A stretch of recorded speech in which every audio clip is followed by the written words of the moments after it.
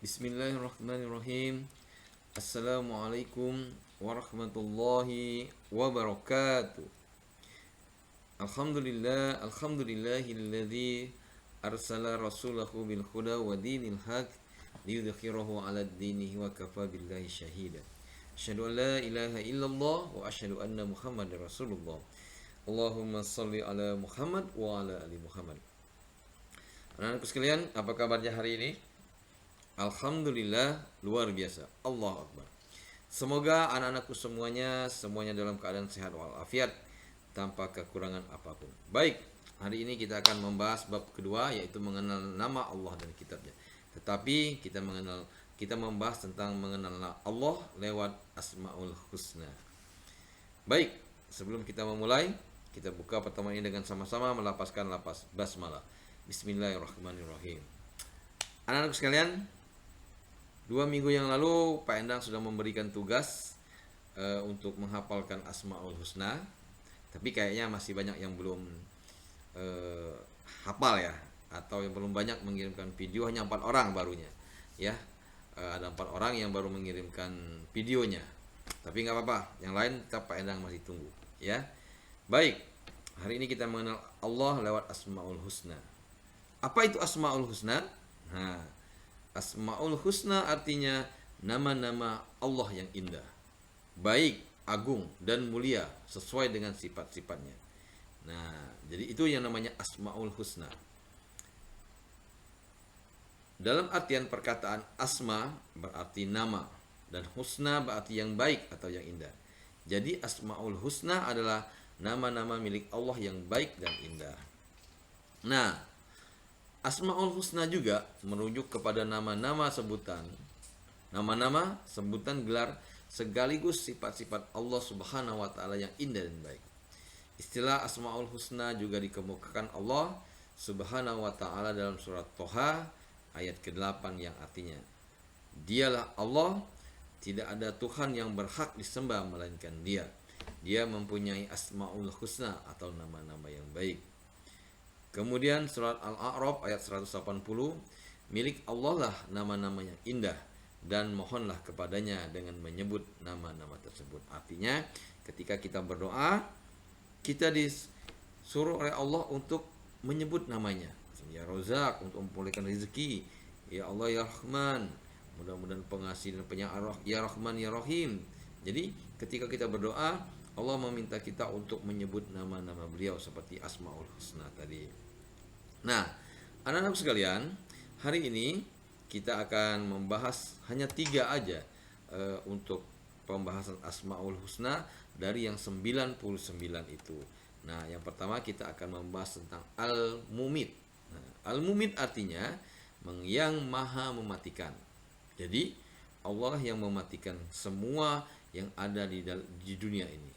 Allah Subhanahu wa taala berfirman, setiap yang bernyawa pasti akan mati. Kullu nafsin za'iqatul maut. Jadi siapapun hidup di dunia ini yang bernyawa pasti akan mati. Manusia, tumbuhan, hewan, serta yang lainnya yang bernyawa pasti akan mati.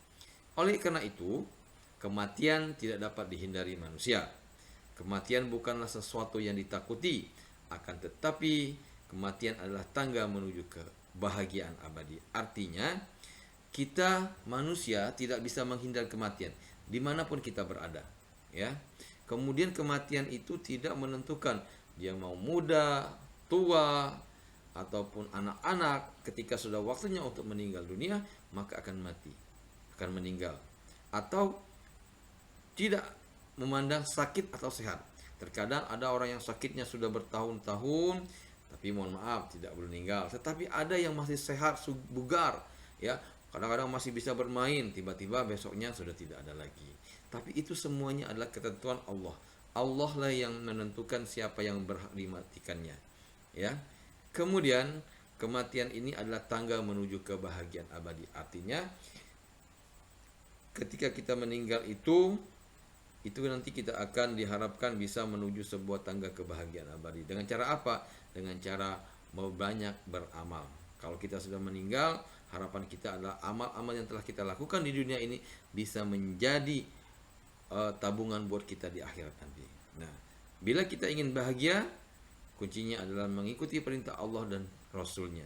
Nah, jadi kalau kita mengikuti perintah Allah dan Rasulnya, insya Allah hidup kita akan selamat dunia dan akhirat. Nah, seperti kita berdoa, ya Allah, ya Mumit, wahai Tuhan yang maha mematikan, matilah kami dalam keadaan husnul khotimah, atau keadaan baik. Jangan seperti kita minta, jangan sampai kita meninggal dalam keadaan su'ul khotimah. Itu adalah al-mumit, yang artinya yang maha mematikan. Selanjutnya yaitu al-hayyu. Tadi kan al-mumit yang mematikan, sekarang yang al-hayyu yang maha hidup. Nah, mengandung arti bahwa Allah Subhanahu wa taala hidup kekal selamanya dan memberi hidup makhluknya. Artinya bahwa Allah itu tidak akan mati. Ya, kita manusia pasti akan mati. Ya, karena Allah itu hidupnya kekal selamanya, hidup kekal selamanya. Dan Allah lah yang memberikan kehidupan kepada seluruh makhluknya yang ada di dunia ini. Ya. Kemudian hidup dan mati ada di dalam kekuasaan Allah Subhanahu wa taala. Betul, ya. Kita hidup dan mati kita semuanya tergantung daripada Allah Subhanahu wa taala. Tinggal kita yang maunya, mau mati dalam keadaan husnul khotimah atau su'ul khotimah seperti yang tadi, ya. Nah, jadi banyak-banyaklah berdoa, ya Allah ya Hayyu, wahai Tuhan yang maha hidup, hiduplah kami dalam keselamatan dan kemanfaatan. Artinya selamat kita hidup di dunia ini, dan kita hidup di dunia ini harus mempunyai kemanfaatan bagi semua manusia. Jangan sampai kita hidup di dunia ini malah menyusahkan orang lain, ya. Yang ketiga, ya, asmaul husnanya adalah al-qayyum, ya. Al-qayyum artinya yang maha berdiri atau mandiri, mengandung arti Allah Subhanahu wa taala itu berdiri sendiri untuk selama-lamanya. Allah Subhanahu wa taala memberikan pendidikan kepada manusia supaya hidup tidak selalu bergantung kepada orang lain. Nah, Allah itu berdiri sendiri untuk selama-lamanya. Artinya Allah itu tidak tergantung kepada makhluknya. Kita manusia tergantung kepada Allah, ya. Kalau Allah ada, seluruh umat manusia di dunia ini berbuat kebaikan, Allah tetap jadi Allah, ya. Atau ketika seluruh makhluk di dunia ini berbuat kejahatan, itu tidak mengurangi kewibawaan Allah, tidak akan mengurangi keesaan Allah Subhanahu wa taala, ya.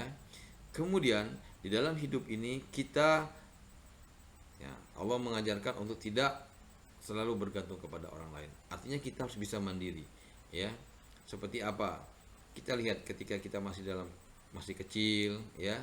Ketika kita mulai merangkak, kemudian mulai berjalan, itu kan biasanya selain dituntun juga kita harus bisa sendiri, ya. Nah, sama ketika kita proses belajar juga di rumah harus mandiri, jangan hanya tergantung kepada orang tua. Boleh kita minta bantuan kepada orang tua kita di saat kita itu memang tidak ngerti, tetapi jangan sampai sedikit-sedikit minta bantuan, sedikit-sedikit minta bantuan. Artinya kita tidak bisa hidup mandiri.